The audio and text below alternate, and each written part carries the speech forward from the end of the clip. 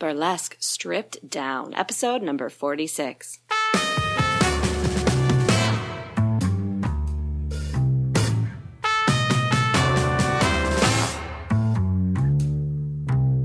Welcome back, ladies, gentlemen, and all you non-binary folk. This is Velvet Eau Claire, of course, your guide through all of the secrets, saucy secrets, sexy secrets, and very often, including some not-so-sexy secrets of us, the folks behind the tassels, the real-life folks.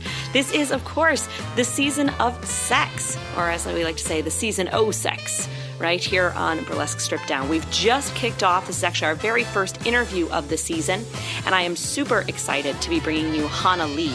And so we're going to talk a little bit more with her later. But very first, I want to quick remind you that we did come back from hiatus with an announcements episode last week. So if you haven't checked that out, be sure to go back. It is episode number 44. And that's where you'll hear a little bit about our kickoff to the season OSex, as well as some brand new announcements and some more details on them. I'll touch on them here, but you get all the details of them there. And then our last episode was a deep dive into what I learned, all of my big, huge, amazing takeaways from Sex Down South, which was the conference that I went to a few weekends ago, and it was phenomenal and blew my mind and amazing. So definitely head, if you're interested in what goes on at a sex education and sexuality conference, you can check that out because I kind of get into a lot of the details on that. So check those two out. Today we are, as I mentioned, with Hana Li. This is an honor because today actually, when this is going live, is Asexuality Awareness Week, nationwide, maybe even worldwide. I'm not even sure. It might be international. And I think it's really important that we talk about this because as Hana and I kind of get into, sometimes it's something that's not really discussed in burlesque. And it's not, burlesque is something that is such a sexual field, and a lot of us who are allosexual do kind of just assume that everybody is in that same realm in the world of burlesque. And so it's kind of one of those interesting combinations. Hana is an asexual or gray asexual burlesque performer. And so she and I get into what exactly that means and how that works for her as a burlesque performer. I found out about Hana, I was actually Googling because I found out it was Asexuality Awareness Week, and because I knew I was going to be doing the season OSex, I really wanted to make sure that we got someone on here who could speak to that in burlesque. However, it's not so easy to necessarily just Google, asexual burlesque performers. So I really appreciated that Hana had some things out there on the internet. I was able to find her via an asexual artist's interview that she did on a Tumblr blog called asexualartist.tumblr.com. And so she did an interview there talking about her art and everything. So I kind of reached out to her, and she was kind enough to jump on Skype with me and kind of get into some of these details. So before I tell you a little bit about Hana, please do keep in mind, if you did listen to our announcements episode, but there's a brand new way. If you are enjoying the show, you can head on over to burlesquestrippeddown.com/support, and that'll take you to my brand new Patreon page where you can support me and join the community and join the discussions there. As little as $1 a month would be hugely helpful to kind of defray some of the costs of putting together this podcast. So I would really appreciate if you have a second to do that.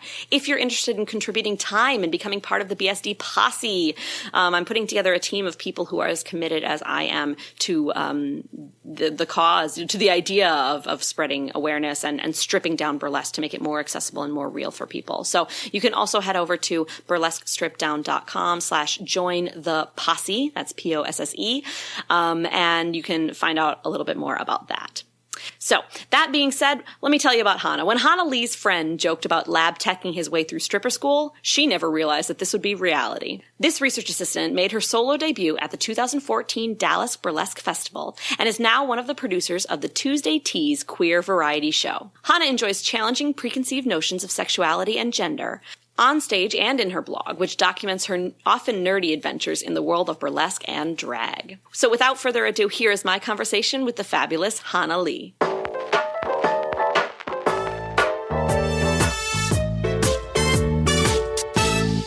Yes, that's right, ladies and gentlemen. I do have Hana Li here today, and I am super excited to talk more with her all about, everything. We're going to talk about everything, and it's going to be amazing. How are you doing, Hana? I'm great. Excellent. I know we were trying to record like last week, and then this damn Hurricane Matthew just kind of came in and screwed everything up. So, so I'm so glad to have you on today. Why don't you tell us, I mean, we heard a little bit about you in the intro that we did, but just tell us a little bit more, kind of fill in some of the gaps from that bio.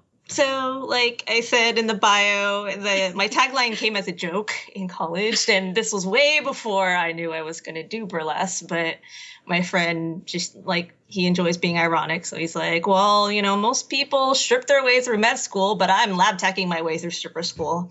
And my day job is being a lab tech, so at some point when I was thinking, how can I sell myself, this kind of quote that from him came to mind, and I was like, hey, that's perfect, because I do very nerdy burlesque. And that's awesome. Yeah, and I guess kind of going back when I said I never like expected to do burlesque, the funny thing with me though is that I think I've always been like drawn towards the more sensual forms of dance. I can't ever pinpoint why exactly, but at some point when I was younger, I associated that with like confidence and power, and that got me into belly dance. And so I did that. And then there was burlesque at a belly dance studio, and it was taught by Ginger Valentine, and I decided to just try it out because they had heard about burlesque, had gone to a couple shows that happened to be at goth clubs and cons. And so I just kind of wound up falling in love with it. And like the unfortunate part was that burlesque was sort of the backup to belly dance. Like I couldn't find any studios near me where I currently live. And then so I was like, well, burlesque actually has some similar movements, so I'll do that. But it wound up being a very, very happy accident that, you know, I wound up picking up burlesque.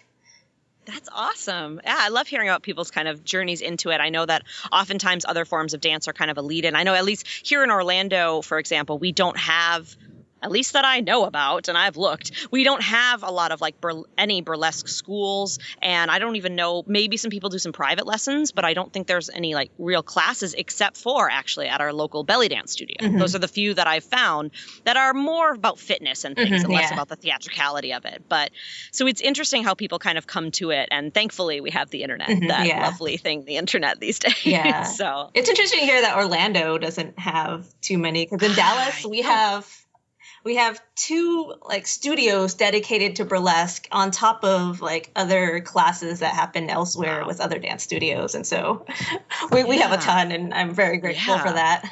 Yeah, I'm surprised. And again, you know, there could be a gem that I just, you know, I've been here a while, but there could be a gem, but we have a lot of shows, but the teaching aspect I haven't seen as much of. So who knows, maybe somebody will get one started. Maybe this will inspire somebody, but so of course we are kicking off actually, because, you know, last week I just kind of had a wrap up from the Sex Down South conference that I went to, which was an amazing conference in Atlanta that just kind of blew my mind.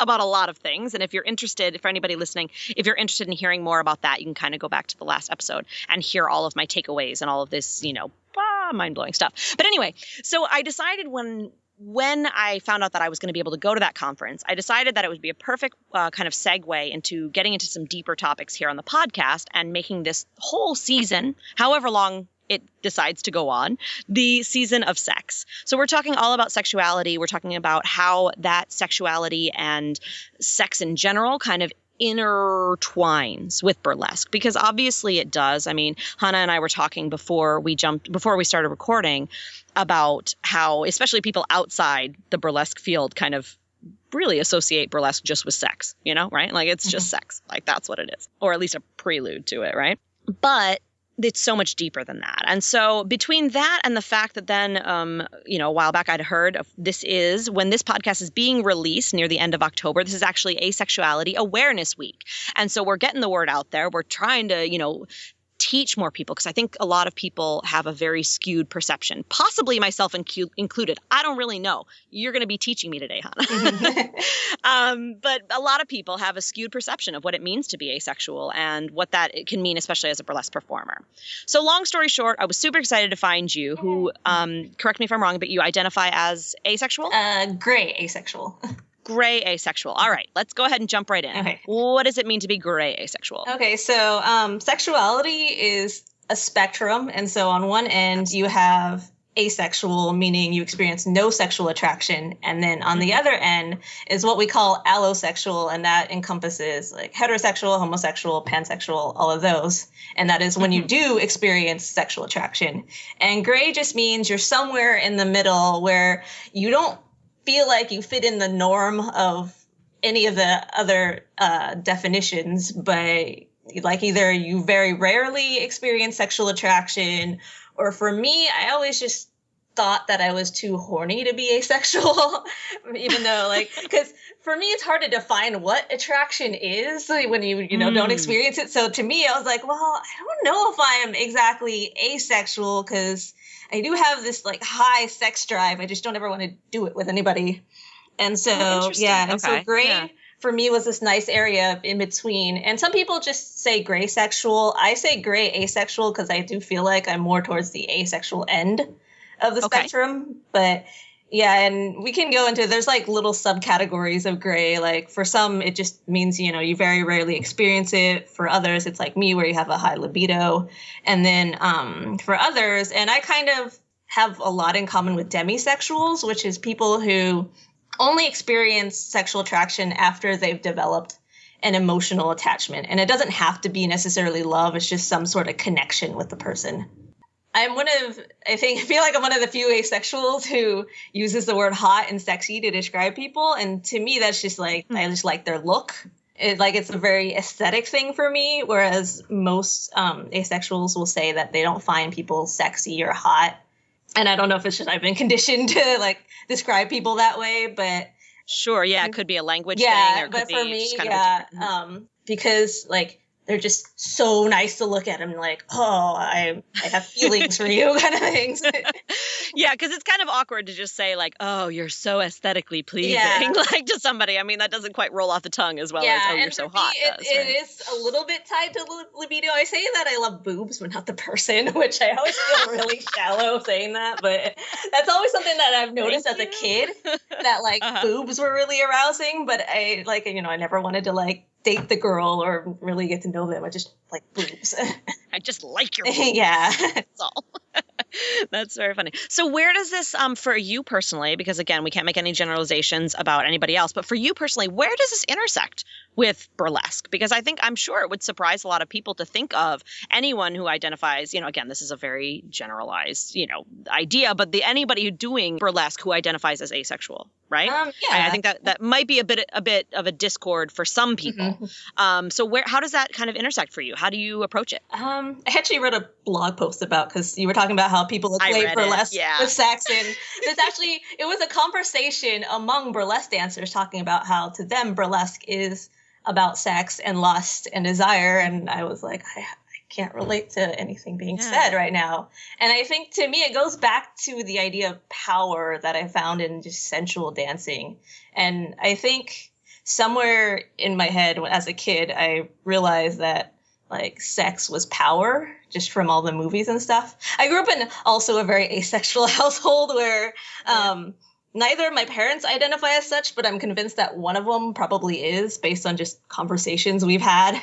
And so, you know, sex was always just something like, okay, I guess that's something I'm going to have to do at some point. But then watching sex portrayed in art was always something like, it was very powerful. And so I think for me, burlesque is a way to kind of harness that energy that I have from my sex drive, as well as just kind of tapping into, I guess, my inner feminine strength.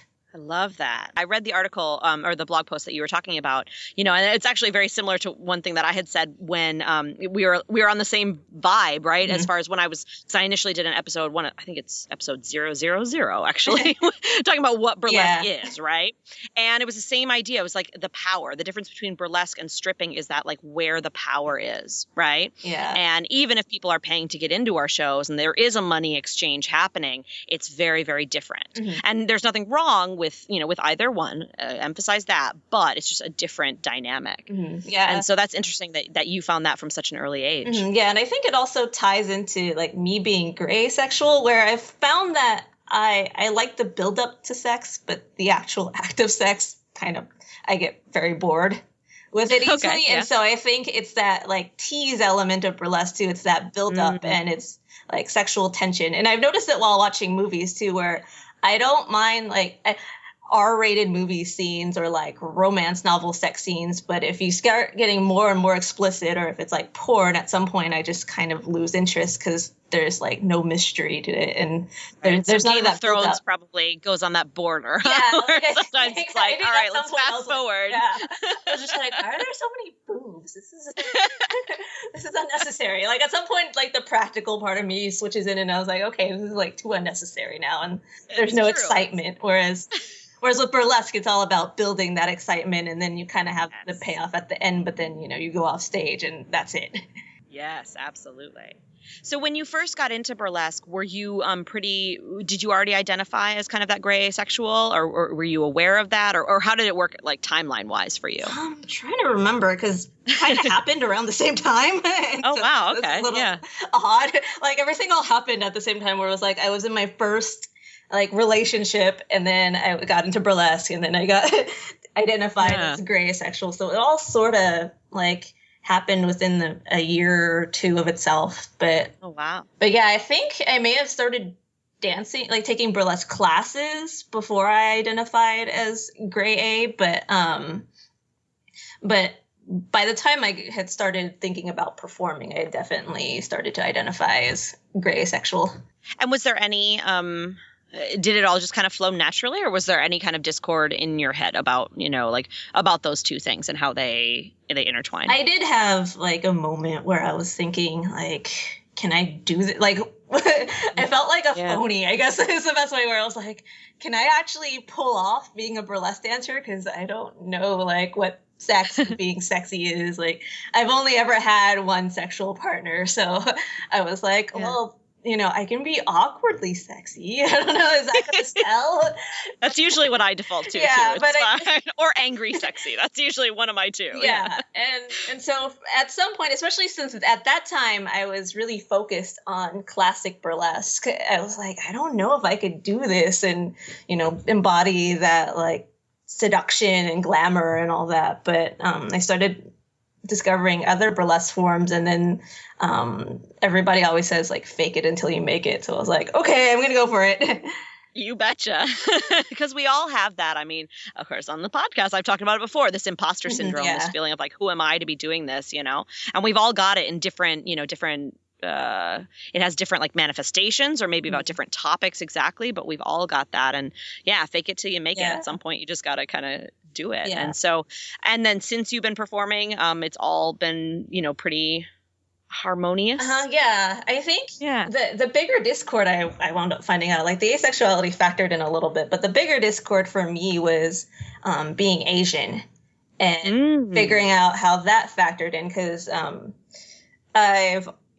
know about all the different stereotypes of Asian women, and I really didn't want to contribute to the whole like Asian women are super sexy kind of stereotype. And and so I think that actually wound up being the bigger conflict, and thankfully I've met a lot of Asian dancers, like either online or when they come into town for festivals. So that's also something I've slowly overcome with the community and everything. That's great. I mean, like you said, thankfully between the internet and the many festivals we have nowadays, it's becoming easier. And I've talked about this on the show before. I love the burlesque community because even the big stars are just so approachable. At least the majority of them, and are, and so it really helps to create not just the greater burlesque community, but these kind of sub pockets, as well. So you're able to connect with other Asian performers to kind of discuss these type things.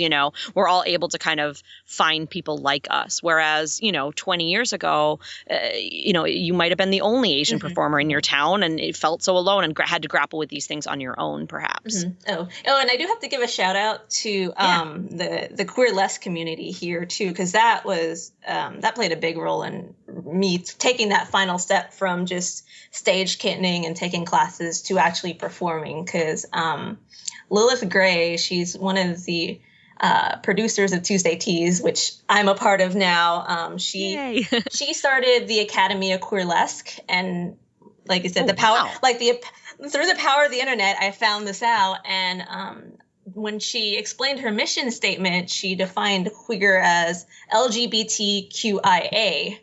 And very rarely do people include the I or the A. And so that was like, that felt like a sign to me that I was like, oh, I belong, because here was a space that I could feel safe in. So my bust out was through the Academy of Burlesque group routine, and like just they had created such a safe atmosphere where I could kind of be my tomboy self and be a little awkward, and you know, they said you didn't have to go down to pasties if you didn't want to, but I just felt encouraged, so I was like, okay, I'm gonna go for it.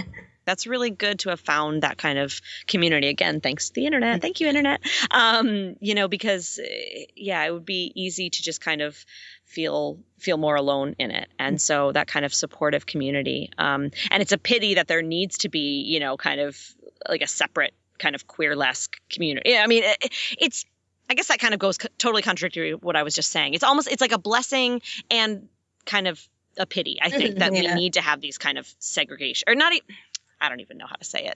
Not segregation, but it's a pity, especially with something like Queerlesque, that it's not more, you know, that you didn't feel that comfortable just in a bigger burlesque troupe, you know, in a wider vision. Man, I'm not very coherent tonight. It's okay. We're gonna push through anyway. But yeah, that's great that you were able to find kind of a little family there. So what do you have going on right now? Like, what are you up to right now in the burlesque world? What are you most excited about right now? I think I'm most excited about performing at an anime convention in Galveston. I've got that in less than 2 weeks. And yeah, I'm super excited because I have some routines that are just so nerdy that like they don't sell very well. And so I was like, yes, people want these routines. I can do them. And so I get to perform my 2 video game routines that are a little bit obscure, but I'm hoping the geeks will like that. People will love them there. I'm sure. That's great. When is that coming up?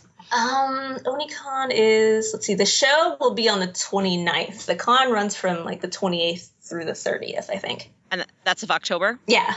Okay, cool. So coming right up. So if anybody listening is in the area, wants to come check you out, you'll be there, huh? Yeah, I'm super excited. That's awesome. Very cool. You know, I like to talk, just because it is the season of sex and we're talking a lot about sex, you know, everybody knows that I love to talk about like vulnerability and authenticity and like being our true selves and putting our mistakes out there, right? And kind of reframing things. So, fairly recently on a podcast, I heard about this acronym called AFOG, right? Which stands for Another Fucking Opportunity for Growth. And it's this idea where sometimes shit happens, whether it's our fault, whether it's somebody else's fault, shit happens that sucks. And we can allow ourselves to dwell in that a little bit as we need to. But at some point, it's nice when we are able to reframe it as, you know, this is just another fucking opportunity for growth, I guess. You know, one of those kind of things. So have you had any moments like that recently where you just kind of were like, shit, I need to really just think about this in a different way? Yeah, and it's less one moment and more like a span of time, and I'm going to be very like polite about it because it involves certain people. But basically, I learned that you can't be friends with everybody in the burlesque community, and sometimes, you know, it's okay to work with somebody or to take classes with people, but you know, you don't have to be friends with them. And then also vice versa, where sometimes your friend wants to do stuff, but they're kind of unprofessional. So, you know, you don't always, especially now that I'm a producer, you don't always have to hire them. So it was really hard for me because, you know, I love the idea of community and stuff. And so when I was like wanting to be friends with all these people and then kind of seeing like their catty side come out, it really like made me feel bad and got me kind of paranoid. Like, oh, if they're saying this about some people, what are they saying about me? But yeah, thankfully, I kind of just things happened. People moved away, and so the situation took care of itself. And I feel glad that I don't have to stress about it anymore. But yeah, like it was. Dodged a bullet on that one. It was a hard pill to swallow at the time. That's a tough concept. You know, for somebody like me, you know, I want people to like me.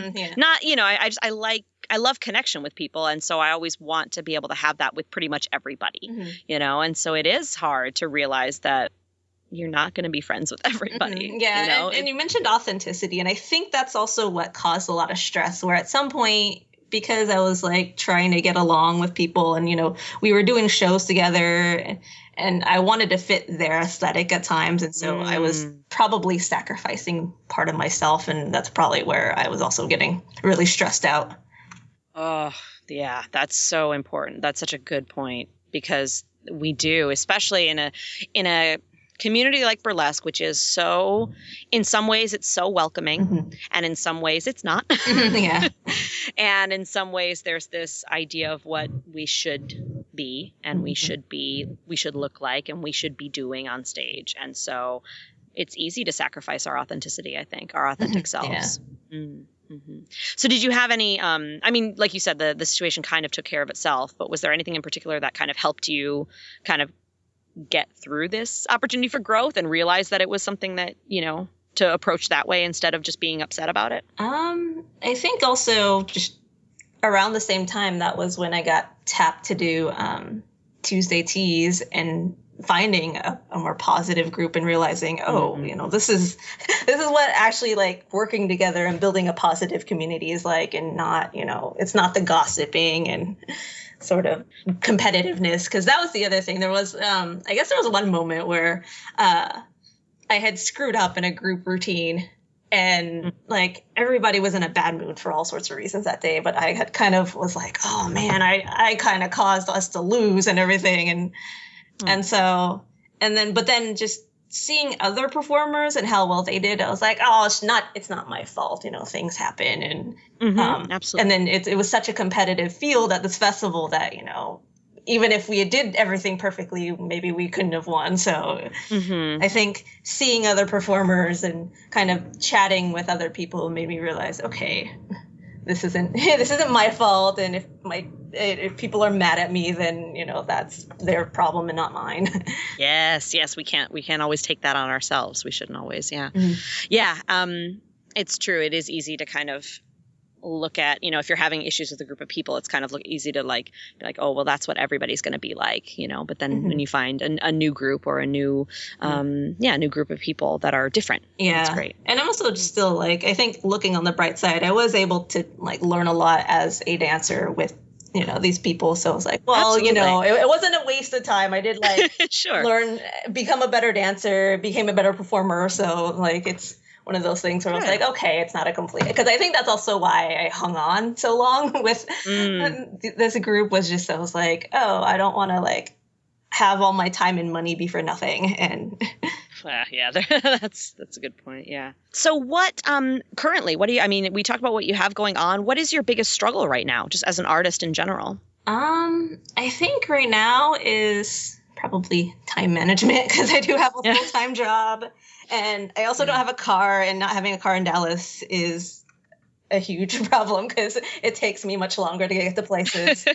And also I think just bad habits from college, where I think I like to send myself into a panic, because that's how I am the most creative and end up doing the best things, but it's the least healthiest thing I can do to myself. So I think just learning how to like juggle everything without freaking out all the time and getting more sleep is probably my biggest struggle. Oh my goodness, right? Yeah. Sleep. Ugh, it's like, and the morning I wake up and I'm like, oh, I wish I could sleep forever. And then at night I'm wide awake. Yeah. It's like quintessential night owl thing. So what about taking care of yourself? Do you have a favorite self-care practice?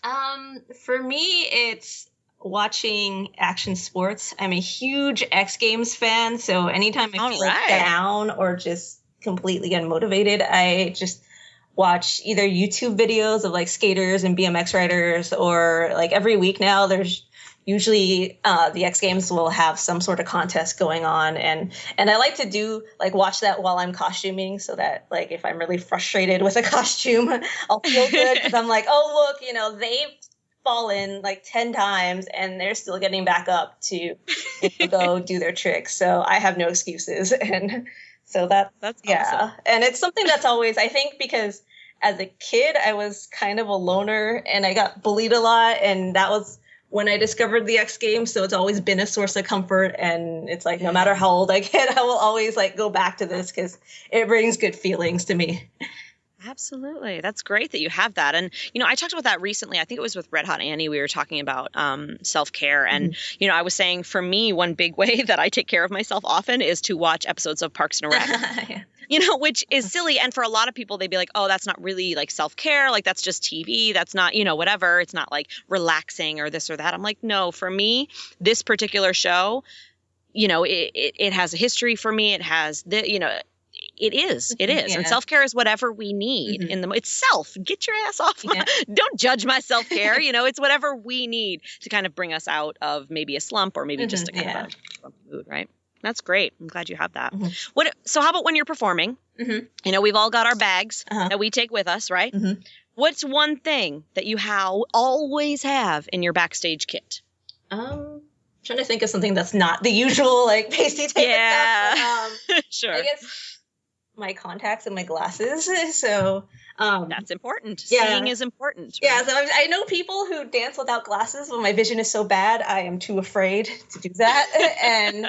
and I also wear the rigid gas permeable lenses, so I can feel them in my eye all the time. And so if glitter happens to get in them, I need them out right now. Yes, and so they're kind of my I have to have them in case of emergencies. That is very important. Yeah. I don't blame you for that one. Well, I thought we'd talk, I'd love to hear, usually we do like a little controversy corner, but since we're already kind of on the topic of sexuality and all this kind of stuff, I'd love to chat a little bit and find out what advice you would have. I kind of have a two-part question. The first would be what advice you might have for someone who is more on the asexuality side of the spectrum, wherever that is, but they kind of identify more that way. And they're still intrigued by burlesque and they're still trying to figure out how their place is in that. And then the second part of the question is more from the other end for those of us who are on the, is it allosexual? Yes. Yes, I got it right. Yeah. On the allo side of the spectrum, how to make sure that we are inclusive and that we are not, passing our judgments, this is the way we are, onto everybody else. Because I think sometimes mistakes are made simply out of ignorance, simply not maliciously, but just out of ignorance. So if you have anything to say on either of those two questions, I would love to hear about it. Okay, so for people on the ace side, I would say, because I got kind of into the community more by taking photos and just going to shows. And so it was a nice way of not being fully involved but getting a toe in and then getting recognized. Because I also cosplay, so I'm probably easily recognized at shows when there's a theme and I dress up and you see me with my camera. But so there's ways to get into it without actually having to try it. So you can kind of see if you actually like burlesque itself. And because I have friends who go to a show and they're like, okay, well, that was a good experience, but don't know if I want to go to another show kind of thing. Right. And so I would definitely say go to a show, try it out. Also maybe figuring out what kind of show would suit your interests. Some people, nerdlesque would be more appealing. Others, maybe they like the glamour of classic. Probably not a fetish show, because my first burlesque show was it was part of fetish night. And really? I was a little confused by some of the stuff going on. And then, but what actually appealed to me was the more classic routine that this one dancer did to a drop of poison. So it was still gothy and dark, but more classic. So I wouldn't recommend going to a more fetishy burlesque show, but maybe something else, and that can help out. Yeah.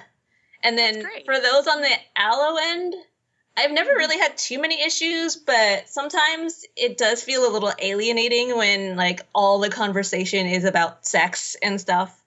And it's something that another friend who, hasn't had much experience with sex has also mentioned, that it can be really alienating when people are talking about hooking up and partners and, this and that, and you have nothing to say.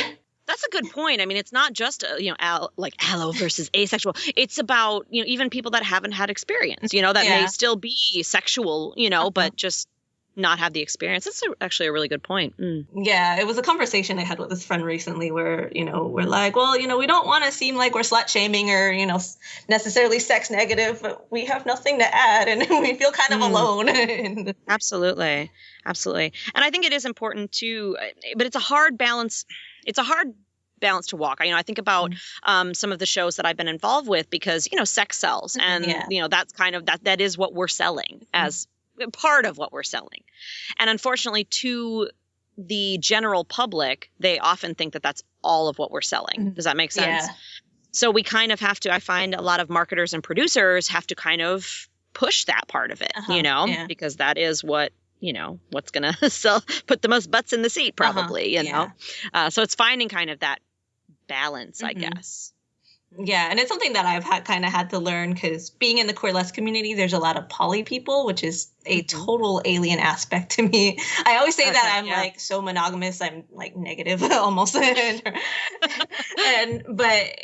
For me, I do take that as a time to be like, okay, well, even if I have nothing to contribute, I can learn about this group of people that I don't know much about. And so sometimes it is a matter of just kind of sitting back and learning for anybody, really. Absolutely. I love that. I think that's a beautiful way to put it because that's what we need more of. I mean, sexuality aside, this is a much bigger picture, especially, and we can speak for America at the moment, right? We all just need to learn to listen better, right?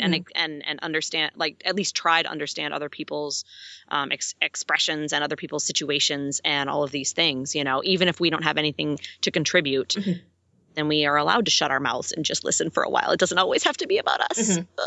I'll get off my soapbox, but I get very upset about it. But that's a really good point. So as long as people are being, inclusive and expressing the fact that it's their experience, not everybody's experiences. Well, very cool. Thank you for that. It's always something, I become more and more conscious because I am a very sexual person.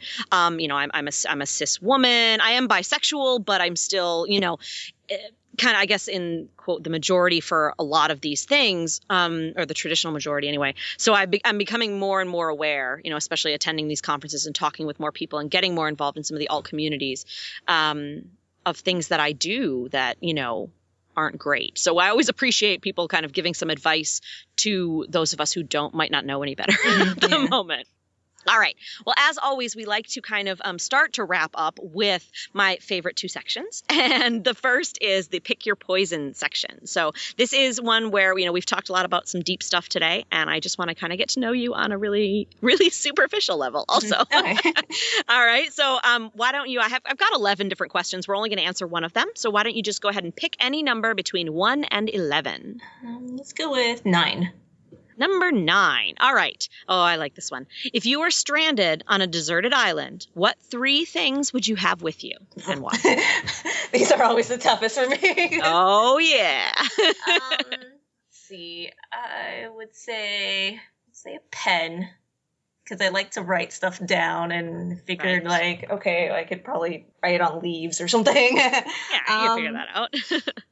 Probably a lighter. I've seen some. My dad loves these survival shows, but I haven't seen enough to start fire out of stick. So having a lighter would help, and maybe just a pocket knife because it's got all sorts of gadgets that I could use. That's real smart. Yeah, that's really smart. All right, how about we end up with a little this or that section? You feel down for that? So this or that. This is a very simple section. We are going to go through a bunch of different either or questions, and you just let me know which one you prefer out of the two. Sound good? Oh, and I always say you can interpret these in any way that you want. There's no right or wrong interpretation. Okay? Starbucks or Dunkin' Donuts? Starbucks. City or country? City. Movies or TV shows? TV. Dita Von Teese or Dirty Martini? Dirty Martini. How about a dirty martini or a pint of beer? I'm going to go with none because I don't drink. Fair enough. Don't blame me there. All right. Day or night? Night. Harry Potter or Star Wars? Let's go with Harry Potter. Harry Potter. How about top or bottom? We talk about bunk beds. Yeah. I was like, if it's bunk beds, it's bottom. I love me some bunk beds. That's all I'm saying. I'll say bottom. Yeah. All right. Mountains or ocean? Ocean. Classic or neo-burlesque? Neo. Peanut butter or jelly? Peanut butter. Comedy or tragedy? Tragedy. Marvel or DC? Okay, my geek side is going to come out. So I know. For you, it's probably a tough. Yeah, it's tough. So I'm going to say Marvel, but with the exception of Gail Simone, who writes for DC and has amazing works. So most. Gotcha. Okay. Yeah. One little caveat there. We'll take it. All right. This one's probably pretty easy. Sleep or sex? Sleep. Heels or bare feet? Bare feet. All right. And lastly, how about let's go a little bigger than we used to get. How about France or the USA? I'm going to go with France because I've never been. And well, there you go. I have a friend who's there right now, so that would give me an excuse to go.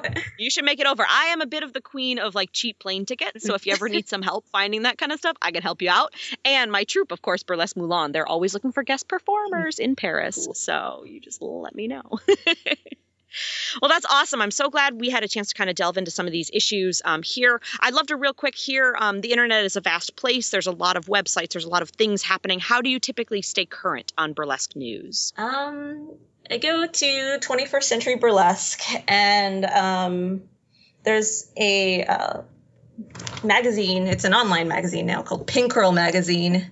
That I've heard of it, that's based in Dallas, so I like seeing their updates. I think they also have some print issues, but most of what I get is online. And then Facebook, I belong to the Dallas Burlesque Alliance, and that's probably my main resource locally. And then because I'm really big into Nerdlesque, there's a forum, or there's a group called like Nerdlesque Performers and Creators. Let's talk about videos too. Can you give us, tell us about 2 YouTube videos or Vimeo or whatever they're on that we should check out? One of yours if you've got them, and one that you can't get enough of right now. So one of mine that I have is my Over an Ishi act. It's not my favorite act, mostly because I feel like it's a continual work in progress, but it's my statement on being Asian American, because the whole act is based on her line about how if anybody has an issue with her American or Chinese heritage, speak up now, kind of thing. And so it's an exploration of being what it means to be American, but also what it means to be Asian, and kind of going through those layers. And so, yeah, that one, it's a little bit out of my element because it is more serious, but I like sharing that. Yeah, I mean, you sent over that video. I watched it. I thought it was really good. I thought it was really, really fun. And I loved what you did. Yeah, with kind of exploring what it means, what it means. Yeah, it's like a 180 from the act that I'm most well known as, where I'm like this goofy geek girl. But yeah, I like sending that one. Good to get outside our comfort zone a little bit. Yeah. And how about one you can't get enough of? So probably Lori Hagen's reverse striptease. Just like whenever I want to do a reverse strip, I reference that video just because she's reimagined that art form. Like she took a song and played it backwards, and then also filmed herself doing a normal routine and then rewinding it and then mimicking the backwards movement. So like she's doing everything backwards essentially, even though she's progressing forwards in time. And to me, I was like, wow, I've never seen something like that. And it's literally a work of art, just seeing the way she moves and has just reimagined, putting on your clothes. That's amazing. So for everybody listening, of course, as always, I will have those 2 videos, as well as all the links and everything that we've talked about in this episode over on the show notes page, which will be at burlesquestripdown.com/Hana, Hana. So you'll be able to head over there to that and, watch these videos right on the page, and then click all the links to find out all the cool things about all the things we talked about. And speaking of that, let's kind of wrap this up today with how can we find out more about you? Because I'm sure we are all just fascinated with what you're doing, and we want to see all the things and the anime convention and all this good stuff. So what is the best way to keep up with you, get in contact with you if we want to learn more? So I have a blog where I'm a little bit behind on posts, but that's where you get to hear my thoughts on different shows and see photos. And it's hanaliburlesque.blogspot.com. And then, and I'm also on Facebook, Tumblr, Instagram, and it's always Hana Li Burlesque. So, all right. And it's HANALI, yes, correct? Mm-hmm. Perfect. Okay. Well, like I said, everything, all those links, I mean, you can type it in if you need to, but I will absolutely link everything up on the show notes page there for everybody. And there you have it. Hana was I think we could have talked on and on for quite a bit of time there, all about sexuality, kind of unpacking some of these things and about her journey. So really appreciate you, Hana. Thank you so much for coming on. If you enjoyed this, I would love to hear some thoughts. If you identify as demisexual or asexual or allosexual, wherever you kind of fall, let us know what you, especially as we get started more into this season of sex. I'd love to know what role sexuality plays in your burlesque career. I mean, obviously they are intertwined to a point because burlesque often is very sexual, but what for in your personal sexuality journey, and how does that kind of intersect with you as a burlesque performer? Send me an email, velvet@burlesquestripdown.com. You can see all the links from this episode with Hana over at burlesquestripdown.com/Hana, Hana. And there you'll be able to find, and she also sent me, after we got off the phone, she sent me some more links on asexuality. So if it's something you want to explore a little bit further, either just out of curiosity or because you're wondering if it kind of resonates with you, you can definitely head over. There's lots of great resources there to check out. We are coming up on the 1-year anniversary of Burlesque Stripped Down, so I will be having a special episode coming up next for you to kind of recap and think about some of the lessons that I've learned and everything like that over 1 year. So definitely check out our next one. If you would like to support, once again, you can head on over to burlesquestripdown.com/support, and that will take you to our Patreon page, where you can kind of, help me out with some of the tech and the financial aspects of this. And I would love to give you a huge shout out on the show as well. My friends, it has been wonderful chatting with you again. I am so glad to be back in the studio recording episodes again, and I am looking forward to the rest of the season of sex. Sorry, season OSex, right? Get it? Because it's like Velvet Eau Claire. If you're enjoying this, definitely share it all with your friends so that we can get an even bigger audience and continue the community and the discussion. So until I talk to you next time, my friends, make sure that you stay sexy.